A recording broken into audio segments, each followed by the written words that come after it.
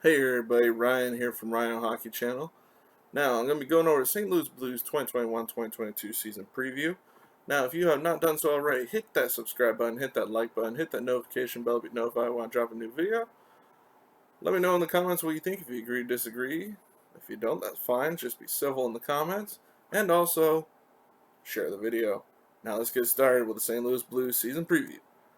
They've added Matthew Pekka, 1 year, $750,000. Brandon Saad is probably their biggest addition, or second biggest addition. 5 years, $4.5 million. I think that's a good term and amount for him. Charlie Lindgren, 1 year, $750,000. Callie Rosen, 1 year, $750,000. Tommy Cross, 1 year, $750,000. Nathan Todd, 1 year, $750,000. Pavel Buchnevich, they acquired from the New York Rangers for Sammy Blais and a second-round pick in 2022. Logan Brown was acquired along with a conditional 2022 fourth-round pick from Ottawa for Zach Sanford. So Sanford out, Buchnevich and Saad in on the offense. James Neal also signed to a 1 year, $750,000 deal. Subtractions would be Jaden Schwartz went to Seattle in their draft. Mike Hoffman went to Montreal. Austin Poganski went to Winnipeg. Sammy Blais to New York Rangers via trade. Carl Gunnarsson retired. And Zach Sanford to Ottawa via trade. So they lost 4 forwards there. 4 big parts. Carl Gunnarsson, kind of a 5'6" extra defender.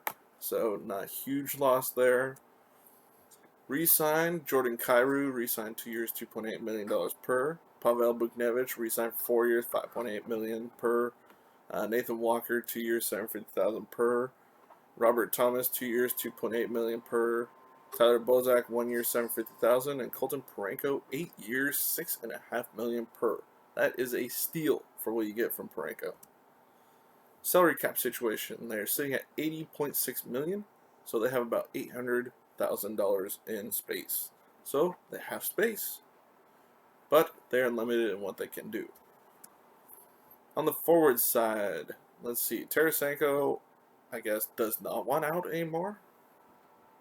Wanted out, was in big part of all the trade rumors over the summer, and just kind of went out of those trade rumors pretty damn quick. All right, they had David Perron is UFA after this year. Been their best player last couple of years, and honestly, deserves a bigger payday, but I'm not sure he'll be able to get it there. Kyle Clifford, Tyler Bozak, and James Neal, all UFAs after this year. On the defensive side, Colin Parayko's new contract, which is $1 million more than he previously got a year, starts next year. Robert Bortuzzo is a UFA after this year, so I wouldn't be surprised if he ends up going. Mikko Mikola and Jake Wallman are both RFAs after this year. Then Ville Husso is a UFA after this season, their backup goalie. Alright, on the non-roster side, you got Mackenzie McEachern, who has played games over the last few years, so I wouldn't be surprised to see him getting in more. He'll probably be an extra forward this year. Matthew Pekka and Sam, is it Anis or Anis? I'm not sure. I'm not trying to make fun of the name. But those are UFAs after this year.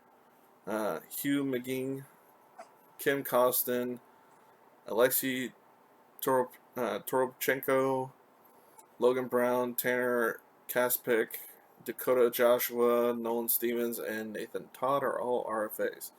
Honestly, I can see this team making some moves in order to allow some of these younger guys to play.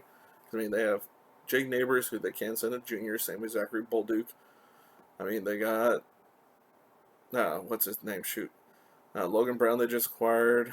Definitely a young guy who can play. Dakota Joshua's played. Mackenzie McEachern. Dakota Joshua. So, I mean, they have guys who can play. So, I can see them moving a player or two up front, possibly. But at the same time, I mean, barring injuries, those guys may not get much time. On the defensive side, they have Scott Peronovich. He is a RFA after this season. Tommy Cross and Callie Rosen are UFAs. On the goalie side, you have Charlie Lindgren is a UFA after this year. In the draft this year, they had 1 first-round pick. Number 17, they picked Zachary Bolduc. Will be a player for him down the line. Not yet. Definitely not yet. Then you can see the rest there. They didn't have a ton to pick this year, but They had what they had. In 2022, they have all their own picks, but they do not have a 2nd or 7th round, and they have a conditional Ottawa 4th round pick. And they have all their own picks for the following 2 seasons. In the lineup, this is according to Cap Friendly depth charts, and once again, go check out Cap Friendly. They're a great resource on everything cap related. On the first line, they have Brandon Saad, who had kind of a down offensive year for Colorado, which I found surprising. On that team, he should have been able to do a lot more than he did, 24 points in 44 games. But it seems like Saad, whenever he's away from Chicago, just does not play the same. Don't know why, but that's just how he is. Ryan O'Reilly is still the first-line center. That's not going to change. Along with David Perron, who had 58 points last year. I believe he was our top point getter. Yep, he was our top point getter.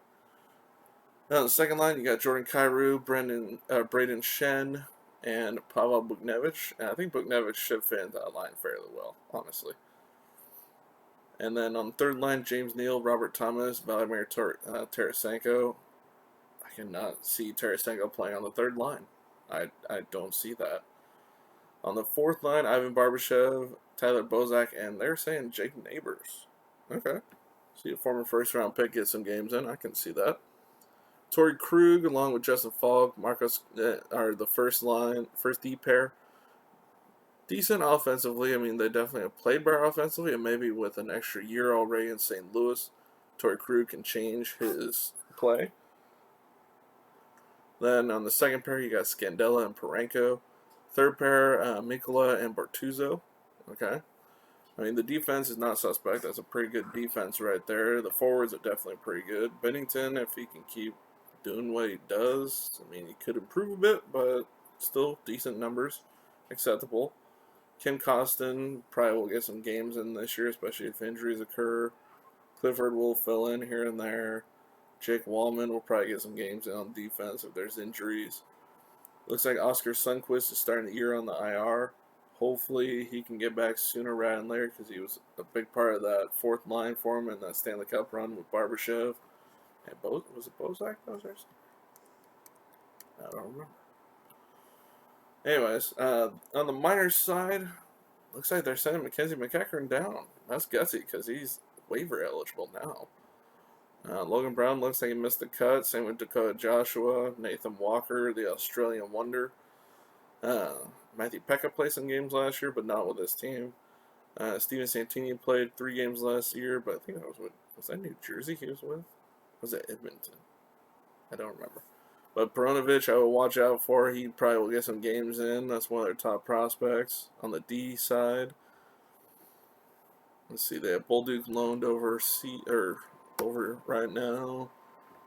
On the prospect side, let's see, no high-end prospects, I'd say. But they have some there that could be of interest, like a Simon Robertson.